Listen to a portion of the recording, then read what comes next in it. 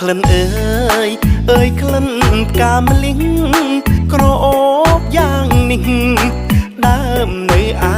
ណាពេលបានយល់ក្លិនស្រមៃក្លិនភ័ក្រដល់អ្នកក្រងផ្កាតើអូនល្អយ៉ាងណារូបសំរងថ្លៃ